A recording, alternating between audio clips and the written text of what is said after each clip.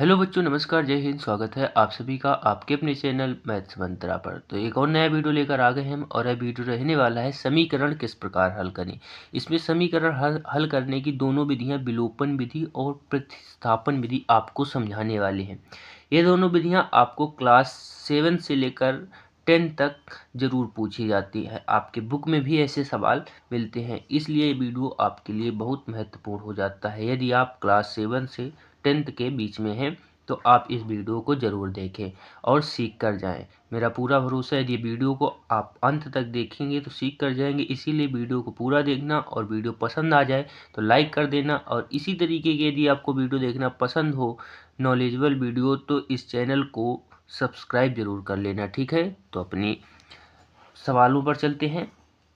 तो हमारा पहला सवाल है जिसमें इस समीकरण को हल करने में हमें दो समीकरण दी हुई होती है, जैसे इसमें दी हुई है। पहली समीकरण है x प्लस वाई बराबर 4 है, दूसरी है 5x प्लस 12y बराबर 13। ये है एक सवाल। ठीक है, इसे हम हल करेंगे विलोपन विधि। विलोपन का मतलब जान लीजिए। विलोपन का मतलब होता है किसी चीज़ को विलुप्त कर देना। विलुप्त कर देना मतलब गायब कर देना। ठीक है, इसमें देखिए इन समीकरणों को सबसे पहले लिखा जाता है एक साथ। जैसे कि ये पहली समीकरण है x प्लस वाई बराबर 4, ये समीकरण एक हो गई। दूसरी समीकरण इसमें हमारी क्या है, 5x प्लस 12y बराबर कितना है, 13 है।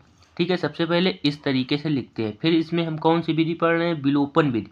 तो इसमें देखिए यहाँ पर भी x है और यहाँ पर भी x है, यहाँ y है और यहाँ, यानी दोनों समीकरणों में हमें दो वैल्यू चर राशियाँ दी हुई होती हैं। इन दोनों समीकरणों में कौन सी दो चर राशियाँ, एक x है और y है। दोनों समीकरणों में x y है। ठीक है, तो हमें सबसे पहला काम ये करना है, या तो इन दोनों समीकरणों से हम y घटा देंगे किसी भी तरीके से, या x घटा देंगे। ठीक है, यानी कि इसे हम विलुप्त कर देंगे, गायब कर देंगे। किस प्रकार करेंगे, अब ये नहीं कि अपने आप से वो हटा देना है कि काट दिया हमने, नहीं, उसका तरीका होता है। ठीक है, किस प्रकार करेंगे, तो इसे हम सबसे पहले नाम देते हैं समीकरण नंबर 1 और इसे दे देंगे समीकरण नंबर 2। ठीक है, अब हमें या तो x हटाना है या तो y हटाना है। आपको टारगेट करना है क्या हटाना है, आपको x हटाना है कि y हटाना है। तो इस सवाल में हम मान लीजिए x हटाते हैं। कैसे हटाते हैं वो देखिएगा। सबसे पहले हम क्या करेंगे, इन दोनों समीकरणों को देखेंगे। तो इसमें कितना है, 1x है और इसमें 5x है। यदि 5x यहाँ भी हो जाए और 5x यहाँ हो जाए तो हम लिख सकते हैं कि समीकरण 1 से 2 को घटाने पर, लेकिन यहाँ तो केवल x है। ठीक है, तो हमें यहाँ पर कितना लाना होगा, 5x लाना होगा। तो हम क्या लिखेंगे कि समीकरण नंबर 1 में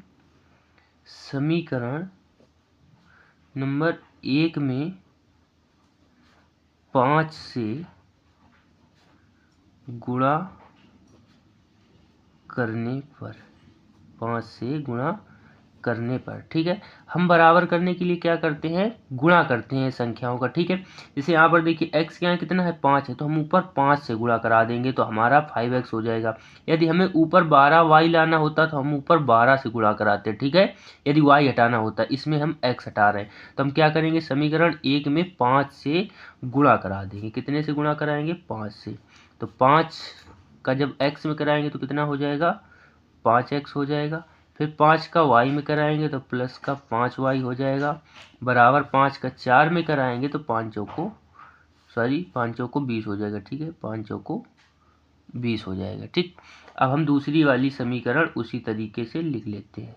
5x है प्लस का 12y है बराबर कितना है, 13 है। ठीक है, अब हम क्या करेंगे, समीकरण 1 से 2 को घटा देंगे। घटाने का नियम क्या होता है, जहाँ प्लस है वहाँ माइनस, जहाँ माइनस है वहाँ प्लस करते हैं। समीकरण घटाने के ये तरीका। अब यहाँ देखिए 5 के आगे क्या है, प्लस है तो हम माइनस करेंगे। 12 के आगे क्या है, प्लस है तो माइनस करेंगे। 13 के आगे प्लस है तो हम माइनस करेंगे। अब देखिए ऊपर 5 प्लस का है 5x और नीचे है माइनस का, तो 5x से 5x कट जाएगा। अब देखिए इधर ऊपर क्या है, ऊपर है प्लस का 5 और नीचे है माइनस का 12, तो माइनस के 12 से प्लस 5 घटाएंगे तो कितना बचेगा, माइनस का 7 बच जाएगा। ठीक है, माइनस का 7y बचेगा। ठीक, बराबर क्या है, माइनस का 13 है और प्लस का 20 है, तो प्लस के 20 से माइनस 13 घटाएंगे तो कितना बचेगा, प्लस का 7 बच जाएगा, प्लस का 7 बच जाएगा। अब एक चीज़ और आपको ध्यान रखना है, यदि किसी चर राशि जैसे ABCD का कोई भी लेटर है XYZ ABCD, उसके आगे कोई संख्या लिखी हो तो वो हमेशा किस में मानी जाती है, गुणा में। तो 7 y के आगे 7 क्या है, गुणा में है, तो गुणा वाली संख्याएं हमेशा कहाँ जाती हैं, भाग में जाती हैं, सामने वाली संख्या के भाग में जाती है। तो ये -7 इस 7 के बटे में जाएगा, भाग में जाएगा। ठीक है, तो हम लिख लेंगे, क्या लिखेंगे, y बराबर 7 बटे माइनस का 7। अब 7 से 7 में भाग देंगे तो y का मान कितना आ जाएगा हमारे पास, y बराबर कितना आ जाएगा, -1, क्योंकि 7 एकम 7 तो होता है, 7 एकम 7 होता है ना। ठीक है, अब y का मान निकल आया, अब हम निकालेंगे x का मान। तो जो y का मान हमारे पास निकला है, ये मान हम किसी भी समीकरण या समीकरण 1 या समीकरण 2 में रख लें तो हमारा x का निकल आएगा। किसी भी समीकरण में आप रखो सेम मान निकलेगा। ठीक है, तो हम मान लेते हैं समीकरण 1 में रख लेते हैं, किस में रखेंगे, y का मान। तो लिख लेंगे हम, क्या लिखेंगे कि y का मान समीकरण 1 में रखने पर, समीकरण 1 में रखने पर। ठीक है, y का मान समीकरण 1 में रखने पर, समीकरण 1 क्या है हमारे पास, x प्लस वाई बराबर क्या है, 4। देखिए समीकरण यही तो है, x प्लस वाई बराबर 4। ठीक, अब इसमें हम y का मान रखेंगे तो y का मान आया कितना है, -1 आया, तो x और प्लस है तो प्लस लिख देंगे, y का मान कितना आया, -1 आया, बराबर 4। तो x, अब देखिए जब ये ब्रैकेट हटेगा तो माइनस प्लस का गुणा होगा, तो माइनस प्लस क्या होता है, माइनस होता है, तो माइनस का 1 बराबर कितना है, 4 है। तो x बराबर क्या हो जाएगा, 4। अब देखिए ये -1 है, उधर जाएगा, ये बराबर का साइन जब पार करेगा तो ये माइनस का है तो किस में हो जाएगा, प्लस का। यदि प्लस का होता तो माइनस में हो जाता। ठीक है, अभी माइनस का है तो उधर जाने पर प्लस का हो गया। तो x बराबर कितना निकलेगा, 4 और 1 कितना हो जाएगा हमारे पास, 4 और 1 कितना हो जाएगा, 5। ठीक है, तो इस तरीके से विलोपन विधि द्वारा हल करते हैं। y का मान कितना आया, -1 और x का मान कितना आया है, 5। एक बार फिर देख लीजिए, इन सवालों में 2 समीकरण दी जाती है, जैसे ये लिखें x प्लस वाई बराबर 4, दूसरी है 5x प्लस 12y बराबर 13। ठीक है, इन समीकरणों को एक जगह लिखते हैं और विलोपन विधि में एक मान या फिर y या x का हमें बराबर करना होता है। जैसे यहाँ पर क्या था, x प्लस वाई बराबर 4 और यहाँ पर क्या है, 5x प्लस 12y बराबर 13। ठीक है, तो यदि हम y का मान बराबर करते तो y के आगे इधर कितनी संख्या है, 12 है, तो ऊपर हम 12 गुणा करा देते। अब हमने x का मान बराबर किया है तो x के आगे कितना है, 5 है, तो ऊपर हमने 5 का गुणा करा दिया। ठीक है, 5 का गुणा कराने के बाद x के मान बराबर आ गए तो हम इन्हें घटा लेते हैं।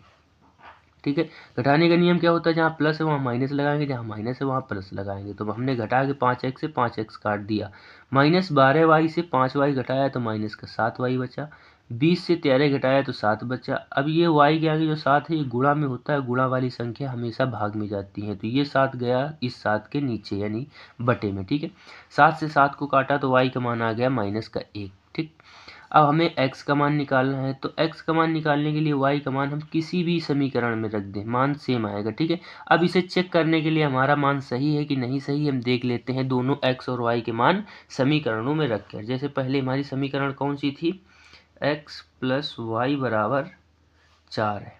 ठीक है, अब हम x और y के मान यहाँ रखेंगे, यदि 4 आ जाएगा तो हमारा सवाल सही होगा, नहीं आएगा तो हमारा सवाल गलत होगा। तो देखिए x का मान कितना है, 5 है, x का मान कितना है, 5 है। ठीक, y का मान कितना है, तो -1 है, तो -1 रखेंगे। ठीक, बराबर कितना है, 4 है। तो 5 से -1 घटाएंगे तो कितना बचेगा हमारे पास, 5 से -1 घटाएंगे तो 4 बचेगा, तो 4 बराबर 4 आ गया 4 बराबर 4, यानी कि हमारा सवाल सही है। समीकरण दूसरे में भी रख कर देख लेते हैं सही है कि नहीं सही है। तो दूसरी समीकरण क्या है हमारे पास, 5x प्लस का 12y बराबर 13 है। तो यहाँ पर जब हम x y के मान रखेंगे तो कितना आना चाहिए, 13 आना चाहिए ना। तो 5 और x का मान कितना निकला था, 5। तो 5 के साथ x है ना, तो इसे गुणे में 5 लिख देंगे क्योंकि x का मान 5 है, प्लस 12 है, y का मान कितना है, -1। तो यहाँ कितना लिखेंगे, -1। अब 5 25 होता है, ठीक है, और 12 एकम 12, तो माइनस प्लस का गुणा होगा तो माइनस आ जाएगा, 12 एकम 12। 25 से 12 घटाएंगे तो कितना बचेगा हमारे पास, 13 बचेगा। कितना बचेगा, 13 आ रहा है, 13, यानी कि सवाल हमारा सही है। ठीक है, सवाल हमारा सही है। तो अगला सवाल है हमारा प्रतिस्थापन विधि से। इसमें भी हमने एक सवाल लिया है और सवाल क्या है हमारा, x माइनस वाई बराबर 4 है। दूसरी समीकरण क्या है, 3x प्लस का 2y बराबर 27 है। सबसे पहला काम क्या करेंगे, इन दोनों को एक के नीचे एक लिख लेंगे। जैसे पहली समीकरण क्या है, x माइनस वाई बराबर 4 है, ठीक। दूसरी समीकरण क्या है, 3x प्लस का 2y बराबर कितना है, 27 है। हमें फिर इसमें क्या करना है, ये कौन सी विधि, प्रतिस्थापन विधि है। तो प्रतिस्थापन विधि का मतलब होता है एक मान निकाल कर, जैसे यहाँ पर x माइनस वाई बराबर 4 है तो यहाँ से हमें y का मान निकालना पड़ेगा। जैसे x का या y का किसी का भी मान निकाल कर आप समीकरण 2 में रख सकते हैं। इन्हें नाम दे देते हैं, ये समीकरण 1 है और ये 2 है। तो सबसे पहले हम समीकरण 1 या 2 कोई भी चुन लेते हैं समीकरण, फिर उससे हम x या फिर y का मान निकाल कर दूसरी समीकरण में रखते हैं। जैसे हमने मान लिया समीकरण 1 ले लेते हैं, तो हम लिखेंगे कि समीकरण 1 से क्या लिखेंगे, समीकरण 1 से। तो समीकरण 1 क्या है हमारी, x माइनस वाई बराबर 4 है, ठीक है। अब हमें यदि इसमें x का मान निकालना है तो हम क्या लिखेंगे, x बराबर y। अब ये माइनस का y था, उधर गया तो किस में हो जाएगा, प्लस का y, और पहले से कितना लिखा है, 4, ठीक है। तो हमने इसमें इस समीकरण से किसका मान निकाला, x का मान, ठीक है। तो x बराबर क्या निकला है मान, y प्लस 4, ये निकल आया x का मान, ठीक है। हमने पहली समीकरण से लिया। अब क्या लिखेंगे कि x का मान